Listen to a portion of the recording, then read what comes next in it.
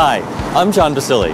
I'm the Chief Diversity and Inclusion Officer at Fidelity Investments. At Fidelity, we believe our culture of inclusion makes us a better company, better for our customers and better for our employees.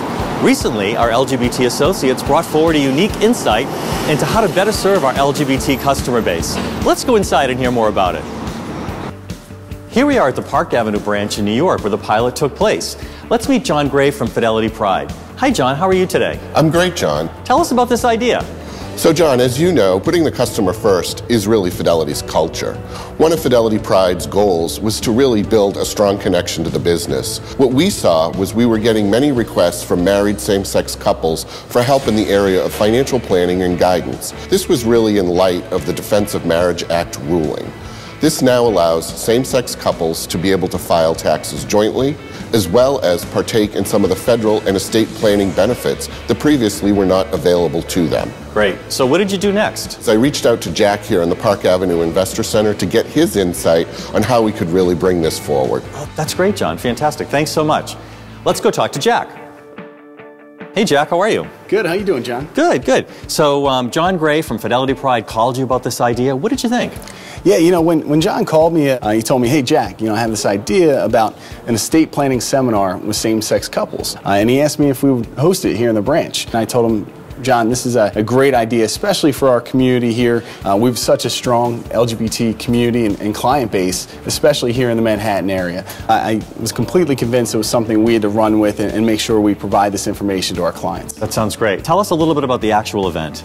Well, the event itself was, again, driven by John Gray and our branch service manager, Dave Johnson. They took some of the content that we have already about estate planning and geared it towards our same-sex married couples. And along with our wealth planning counselors who actually delivered the seminar, the attendees were easy to find, I can tell you that much. And when we told the branches in the area about the event, everyone wanted to be on board. And we even had a waiting list. It was important information and timely as well with recent judgment on DOMA. Right. So looking back, was it a success?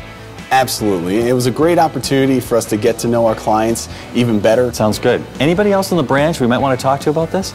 You know, actually, Nicole Torrey, one of our senior financial representatives, she has a long-standing relationship with a client that attended the event, and he gave us phenomenal feedback. That's great. Thanks a lot, Jack. Take care, John. Okay. Let's go talk to Nicole. We're going to be talking to Nicole in a few minutes, and I understand she has a client with her. So don't take it from our perspective. Let's hear it directly from them. Hi, Nicole. How are you? John, I'm well, thanks. How are you? Good. I wanted to introduce you to my client, Andrew. I invited him. Nice to meet you. Andrew, nice to meet you. That's great. I thought he could share his thoughts on this topic from the client's perspective. That sounds great. First of all, from your perspective, when Jack came to you and talked about the seminar, what was your first impression? I was actually quite impressed that Fidelity had come out with something so quickly on such an interesting topic that I thought our clients had a real need to learn more about. The legislation was changing, and we were right there to present it to them. Right. What about you? Did you learn something from it as a rep? I did.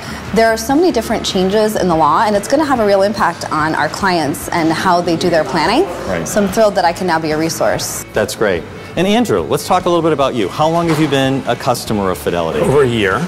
And what brought you to Fidelity? Nicole was highly recommended by some very good friends. And so when she reached out to you, shared with you that we were doing this seminar, what was your first impression? First it was surprised, then delighted. And what did you think after the seminar? How did you feel?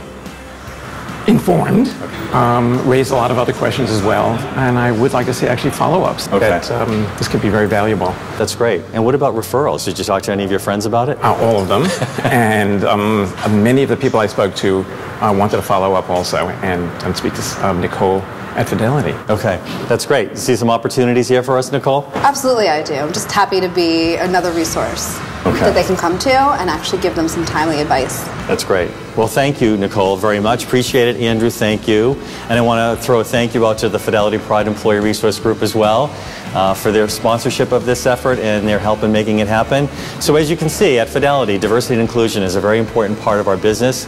It's important for our customers and it's important for our associates. And today, we actually saw a really good example of how an employee resource group, Fidelity Pride, was actually able to make an impact on a very important customer segment to Fidelity. So thanks for watching.